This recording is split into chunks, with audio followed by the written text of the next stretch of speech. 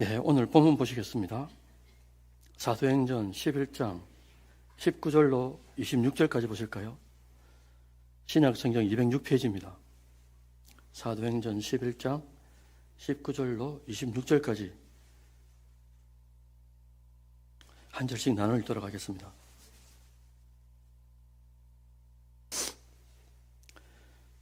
제가 먼저 읽어드리죠.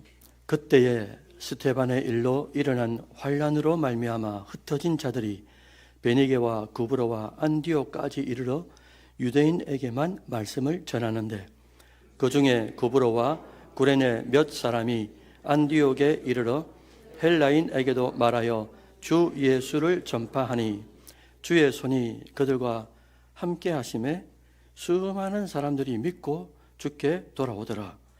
예루살렘 교회가 이 사람들의 소문을 듣고 바나바를 안디옥까지 보내니 그가 이르러 하나님의 은혜를 보고 기뻐하여 모든 사람에게 굳건한 마음으로 주와 함께 머물러 있으라 권하니 바나바는 착한 사람이요 성령과 믿음이 충만한 사람이라.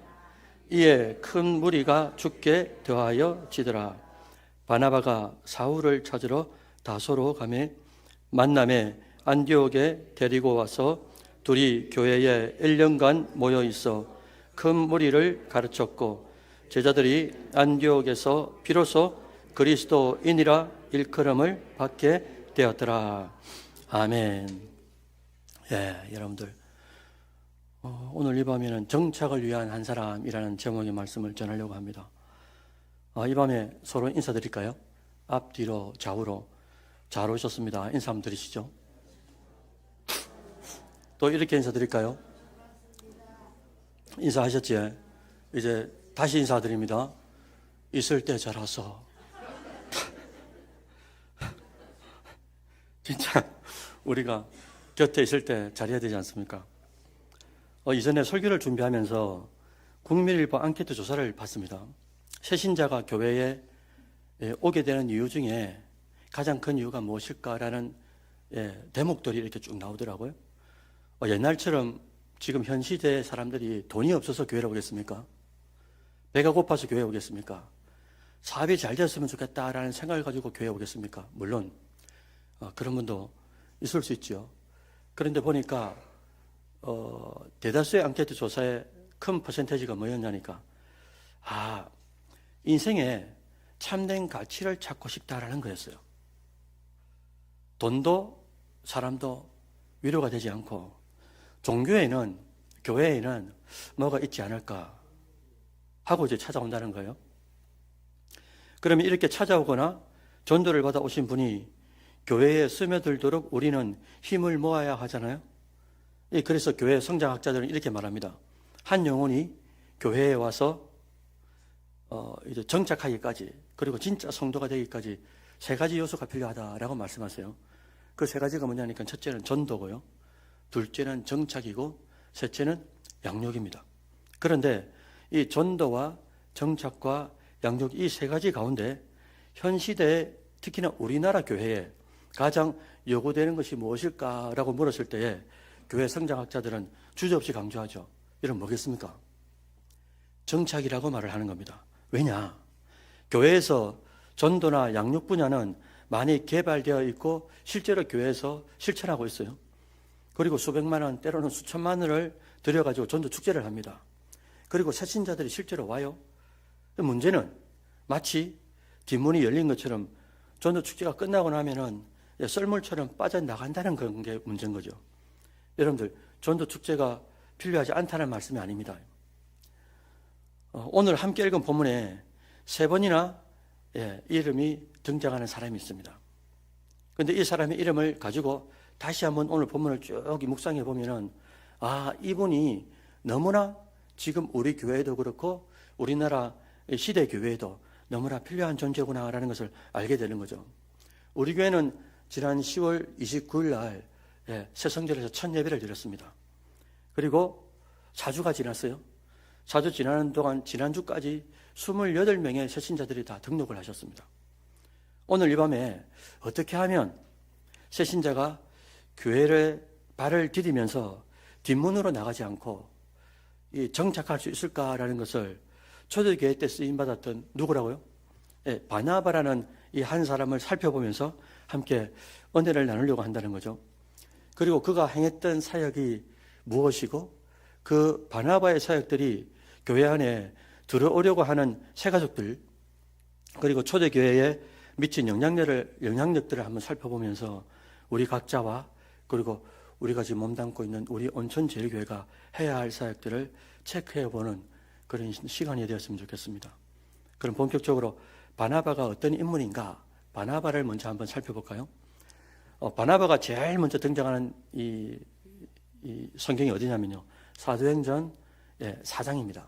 사도행전 4장 26절, 27절 가보시면 이렇게 기록합니다. 구브로에서 난 레위족 사람이 있으니 이름은 누구라고요? 요셉이라 이렇게 되어 있습니다. 사도들이 일컬어 바나바라 번역하면 위로의 아들이라 하니 그가 밭이 있음에 밭을 팔아 그 값을 가지고 사도들의 발 앞에 두니라. 이렇게 사도행전 4장에 처음으로 이제 바나바라는 인물이 등장해요. 바나바는 구브로 태생이고 레위 족속이다. 그리고 독특한 것이 본명은 요셉인데 이 본명 요셉보다도 뭐라고 불려졌다고요? 바나바라는 이 별명이 더 많이 불려졌다라는 겁니다. 우리가 그럼 생각을 해봐야 되죠. 왜 요셉이라는 본명이 있음에도 불구하고 바나바라는 별명이 더 많이 불려졌을까? 살펴보니까 바나바라는 이름의 뜻을 보니 뭐라고요? 위로의 아들이다 라고 말씀하고 있어요. 거기다가 이 별명을 부른 최초의 존재들이 누구냐라고 살펴보니까 바나바 스스로가 바나바 요셉 자신을 바나바라고 별명을 지어준 게 아니고요. 누가 지어준 겁니까?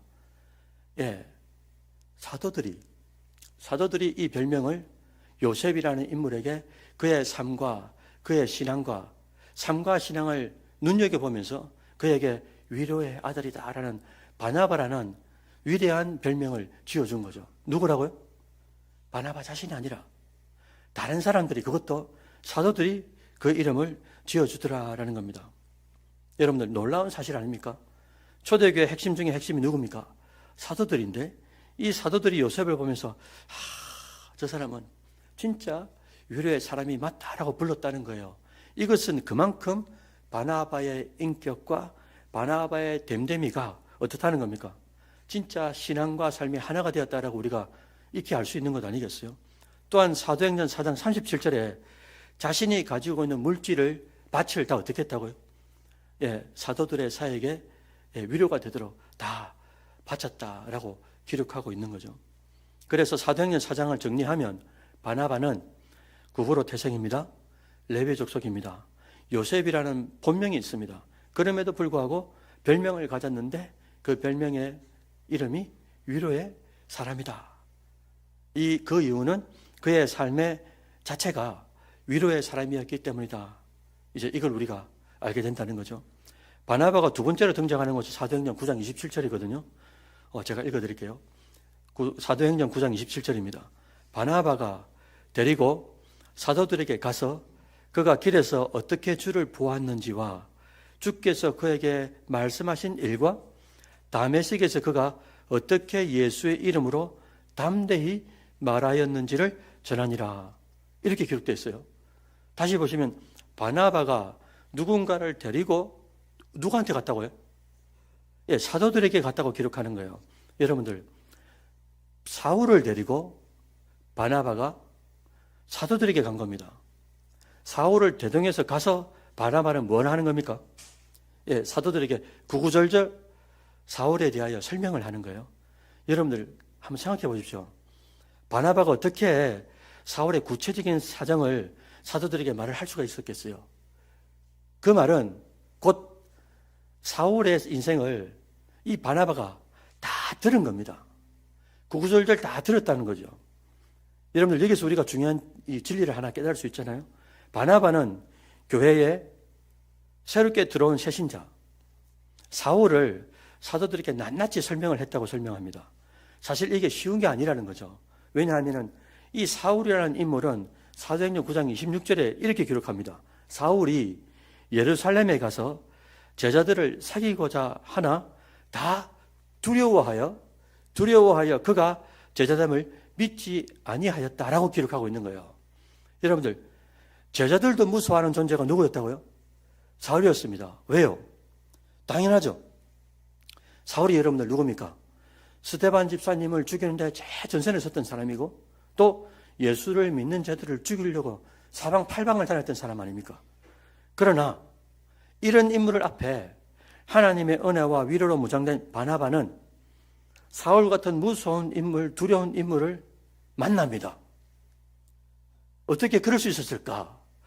다른 사도들 다 두려워하는데, 믿지 않는데, 주께로 돌아왔다고 말을 해도 믿지 않는 그런 존재를 어떻게 바나바는 믿을 수 있었고 만날 수 있었을까?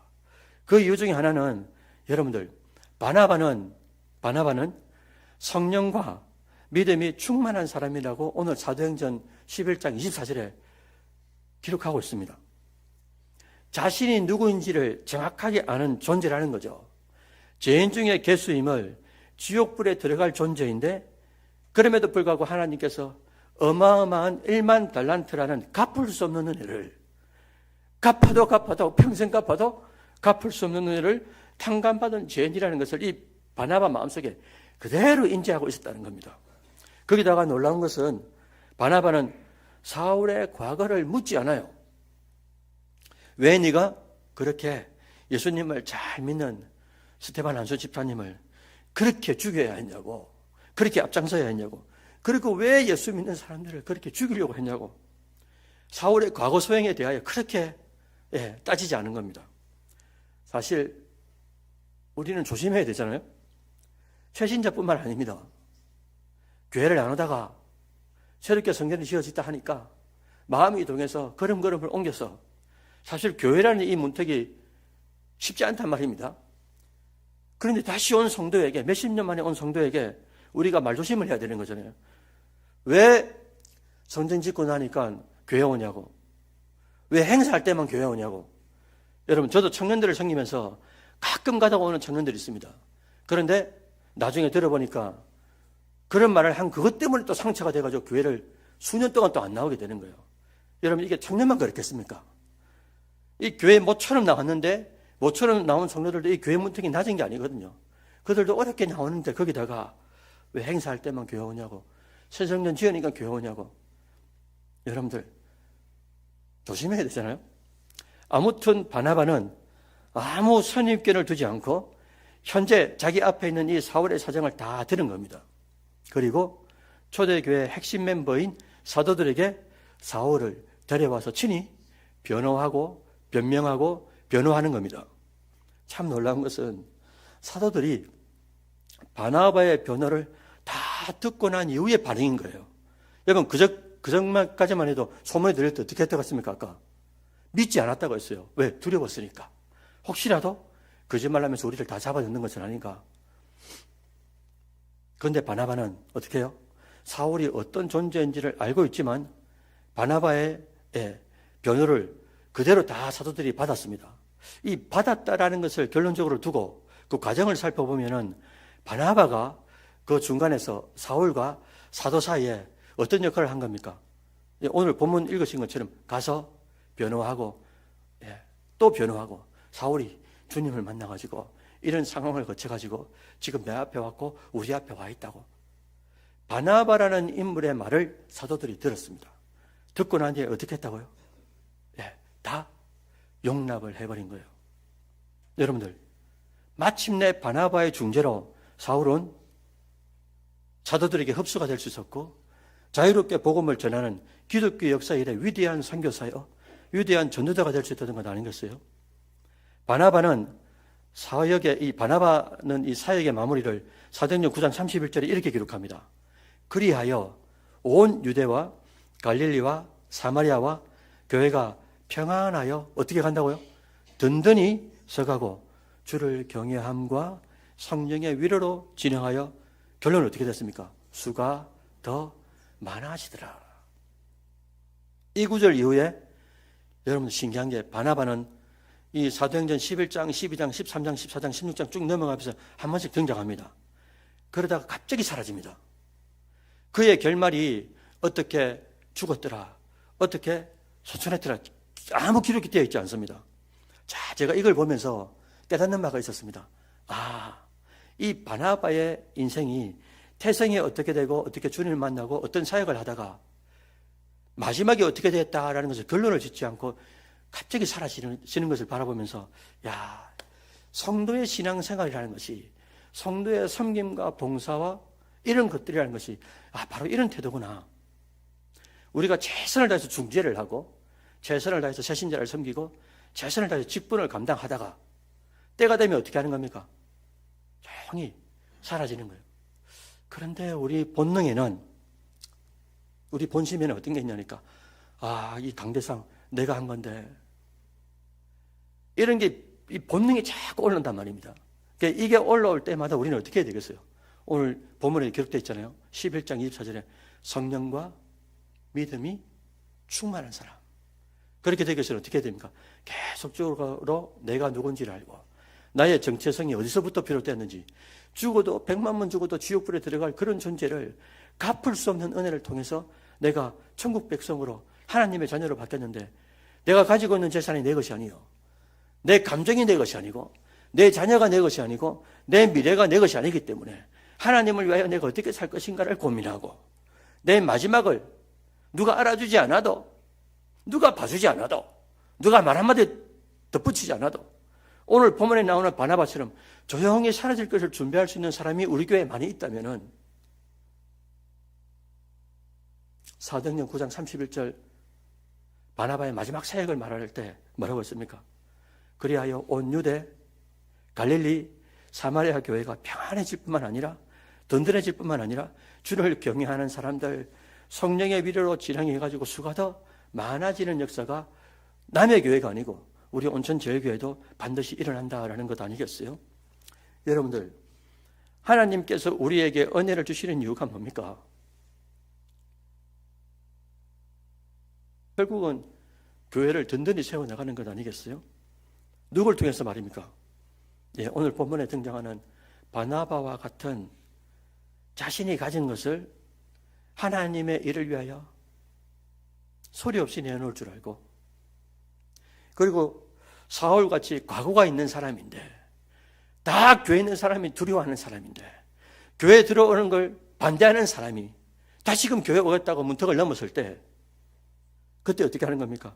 무섭고 까다로운 사람일지라도 그를 만나서 듣고 들으면서 공감하고 끝난 게 아니라 그 사람이 다시금 사도들과 어울릴 수 있도록 중재하고 중간 역할을 하는 그런 존재가 우리 온천제일교회에 1명, 2명, 3명 많이 늘어난다고 하면은 그 교회는 반드시 든든히 서갈 뿐만 아니라 성도의 수가 더해지는 것은 오늘 하나님 말씀의 약속이 아니겠어요? 우리는 오늘 설교 본문 사도행전 11장 19절에서 26절을 함께 읽었습니다. 사도행전 11장에서는 스데반 집사님의 순교로 흩어진 사람들이 안디옥 교회에 전도를 받죠. 그리고 수많은 사람들이 안디옥 교회의 성도가 됩니다. 그때 예루살렘 교회에서 안디옥으로 바나바를 제일 먼저 지도자로 보냅니다. 보냄받은 바나바는 다소에 있는 사울을 데려와서 같이 사역을 하게 되면서 안디옥은 이방 선교, 이방 나라의 선교의 중추적 역할을 감당하게 되는 걸 우리가 잘 알고 있잖아요. 여기서 우리는 또 하나의 교훈을 받게 되는 거죠. 26절 보시면 뭐라고 기록되어 있습니까? 만남에 안디옥에 데리고 와서 둘이 교회에 1년간 모여있어 큰 무리를 가르쳤고, 제자들이 안디옥에서 비로소 그 다음 뭐라고 그랬죠? 그리스도인이라 일컬음을 받게 되었더라 라는 거예요. 여러분들, 이것도 마찬가지입니다. 그리스도인이라고 누가 불러줬다는 겁니까? 여러분들, 제가 설교 초두에 구레네 사람 요셉의 별명을 바나바라고 누가 불러줬다고 하셨어요? 사도들이 친히 바나바의 요셉이라는 인물의 삶을 보고 그의 신앙을 보고 언행심사를 보고 저는 위로의 사람이 맞다라는 거예요. 오늘 본문도 똑같습니다. 예수님을 믿고 내가 가진 물질도 내가 가진 감정도 나의 미래도 모두 하나님께 맡기고 하나님 말씀과 감동 앞에 삶으로 살았던 이 바나바, 그리고 다시 돌아온 이 사울을 통해서 예수를 모르는 안디옥에 있는 사람들이 그들을 보고 뭐라고 불렀다고요? 그리스도인이다라고 불렀습니다. 제가 신앙생활을 1997년도 봄날에 처음 시작했는데, 젊은 청년 때, 물론 여러분들 지금도 젊습니다. 젊은 청년 때 시작했는데, 그때 목사님이 딱 설교를 하시는데, 설교하시면서 제가 그때 참 감동받은 게 있었습니다. 그리스도인이다라는 것을 해석해 주시는데, 그게 무슨 의미였냐면요, 그리스도께 소속된 사람이다라는 표현이었어요. 그러니까 저 사람은 누가 뭐라 해도 예수님께 감정과 미래와 자식 모든 것이 저 사람 괜찮다. 그리스도께 소속된 사람이기 때문이다. 모든 것이 누가 봐도, 이방인들이 봐도 그가 누구라고요? 예수님 안에 사는 존재다라는 거죠. 그러니까 오늘 본문에서도 누가 누구를 지칭하는 겁니까? 이방인들이 바나바와 사울 같은 이런 믿음의 사람들을 보고 진짜 다르구나. 그래서 뭐라고 했습니까? 저 사람은 그리스도께 소속된 사람이다 라고 불러주니, 그 부름을 받는 사람뿐만 아니라 그 부름을 받는 것을 보시는 우리 아버지 하나님이 얼마나 여러분들 기뻐하시겠어요. 그것도 딴 사람도 아니고 예수를 믿지 않는 교회 밖에 있는 사람들이 그들을 보고 참 우리가 구별된 삶을 사는구나. 지금까지 우리는 바나바가 누구이고 어떤 사역을 했는지를 살펴봤어요. 그의 사역, 즉 바나바 사역을 요약하면 이렇게 설명할 수 있습니다. 한마디로 새신자가 잘 정착할 수 있도록 그를 맞이합니다. 그리고 그의 사연들을 다 듣습니다. 그리고 사연을 듣고 주의 말씀으로 위로합니다. 그리고 그렇게 위로하는 한 사람, 그 사역을 바나바 사역이라 한다는 거죠. 지금 이 시대에도 하나님은 한 영혼이 교회에 잘 정착할 수 있도록 누굴 찾느냐니까, 새신자도 불러드릴 뿐만 아니라 새신자가 잘 정착할 수 있도록 누굴 찾는다고요? 바나바와 같은 그 한 사람, 정착을 교회에 진짜 할 수 있도록 그 바나바 한 사람을 하나님이 교회들마다 찾고 계시더라라는 거죠. 그 한 사람이 바로 여러분들이 되시기를 주의 이름으로 축원드립니다. 사랑하는 성도 여러분들, 끝으로 두 가지를 말씀드리고 마치려고 합니다. 첫 번째는, 지금도 내가 예수를 믿은 지가 10년, 20년, 30년, 40년, 50년이 됐다 합시다. 여전히 내 마음속에 내가 얼마나 비참한 존재인지를 진짜 인식하고 살아가는지를 한번 보십시오. 그러나 이 비참한 존재를 주님께서 어떻게 하셨다고요? 십자가의 사랑과 위로로 죄인 중에 계신 우리를 불러들어 주셔서 용납해 주시고 용서해 주셔가지고 오늘 본문에 나오는 바나바처럼 성령과 믿음이 충만할 수 있도록 우리를 인도해 주신 것, 이걸 잊어버리면 안 된다는 거죠. 또 두 번째는, 우리 교회에 하나님께서 앞으로 어떤 새신자를, 새가족을 보내주셔도 그를 위해 우리가 준비해야 되지 않겠습니까? 오시면 새로 오셨냐고 좀 잘 모르는 얼굴이 보인다. 오늘도 찬양 연습 하시는 것 같더라고요, 권사님들. 계시면은 모르는 얼굴들 보이시면 반갑습니다 인사하고, 좀 애매한 얼굴이 보여도 반갑습니다 인사하고, 그러면서 한 발자국 우리가 먼저 다가가고, 그리고 또 그의 말을 들어주고 공감하고 위로하는 자, 그게 지금 우리 교회에 필요한 자가 아니겠어요? 여러분들 혹시 예배 중에 잘 모르잖아요. 새신자들은 교회 예배를 어떻게 드리는지 이런 예절을 모른단 말입니다. 영적인 예절들을. 그런데 어떤 어르신이 모르고 와가지고 핸드폰에 막 소리가 울리는 거예요. 그럼 그때 어떻게 해야 되겠습니까? 우리가 도끼 눈을 뜨고 이렇게 해가지고 이러면 안 되잖아요. 여러분, 저도 처음에 교회 나갔을 때 젊은 청년으로 나갔는데, 나갔을 때 제가 무슨 일을 해도 그 교회에서는 어떻게 했겠습니까? 이렇게 도끼눈을 하고 보면 처음 온 사람이 마음이 교회가 도끼눈을 뜨고 나를 바라봐 주시는구나 기뻐하겠습니까? 아니잖아요. 그게 상처가 되거든요.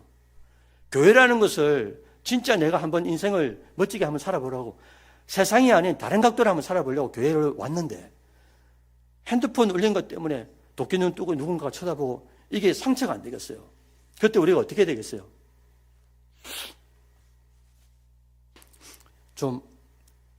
저도 인상이 그렇게 좋은 건 아니지만 미소를 머금고 좀 괜찮다고 막 울리면 옆에 계시면 괜찮다. 말하지 않아도 웃음을 머금고 미소를 머금고 멀리 계셔도 한번 따라 하실랍니까? 이게 여러분들 아무것도 아닌 것 같지만 표정 하나도 그들에게 위로가 될 수가 있는 건 아니겠어요? 아무쪼록 우리는 함께 준비를 해야 된다는 거죠.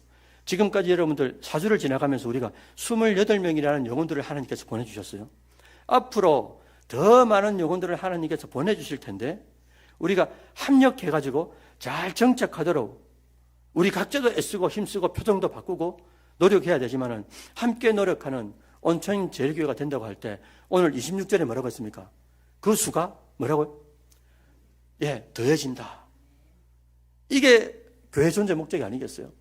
그리고 성숙해지고 양육을 통해서 정착을 통해 가지고 또 성숙해지고 성숙한 사람이 또 한 명의 바나바가 돼 가지고 신진자를 또 맞아들일 줄 알고 이런 영적인 로테이션이 계속 일어난다고 하면은 하나님께서 얼마나 기뻐하시겠어요? 이 영혼을 어느 교회에다 보낼까 고민할 이유가 없죠. 어디로 보내면 되는 겁니까? 온천 제일교회 보내면 거기 수많은 바나바 한 10명이 오면은 세례 받구나. 우리 성도들이 500명이 이미 다 인지를 하고 어서 오시라고 진짜 잘 오셨다고 이렇게 반긴다면 얼마나 그 영혼도 위로가 되고 그 위로를 세상에서 줄 수 없는 위로를 받고 교회라는 문턱이 사실은 높지만 낮아지는 것 아니겠어요? 여러분들 다시 한번 말씀드립니다. 교회의 수가 더해지는 것도 중요한데 우리가 준비할 것도 중요하다. 그가 바로 오늘 본문에서 말씀하고 있는 새신자가 왔을 때 잘 정착할 수 있는 바나바 또 한 명의 바나바가 되어서 우리의 언행심사 표정 하나까지도 잘 준비해서 하나님이 보내시는 어떤 영혼이라도 우리가 잘 받아내서 잘 듣고 공감하고 또 위로하고 그러면서 그를 우리 교회에 또 잘 정착할 수 있도록 만들어 드린다면 하나님께서 얼마나 기뻐하실까 이런 생각을 하게 됩니다. 아무쪼록 또 한 명의 바나바 그가 바로 여러분들 되시기를 주의 이름으로 축원드립니다. 살아계신 하나님 아버지 오늘 이 밤에 추위를 뚫고 주님 전전에 나온 심령들을 기억해 주셔야 합니다. 그리고 오늘 말씀을 통하여 깨달은 작은 것 하나까지라도 하나님께서 기억되게 하시고 오늘도 각자마다 기도의 제목들을 가지고 나왔을 텐데 함께 기도 드릴 때 하나님께서 영광 받아주시고 받으시는 하나님께서 우리 각자에게 그리고 오늘과 함께 기도하는 기도 제목 위에 하나님께서 열매 맺게 하여 주셔서 하나님이 이렇게 인도해 주셨습니다. 평생을 간증하는 모든 권속들 될 수 있도록 주님께서 붙들어 주옵소서. 예수님의 이름으로 기도드립니다. 아멘.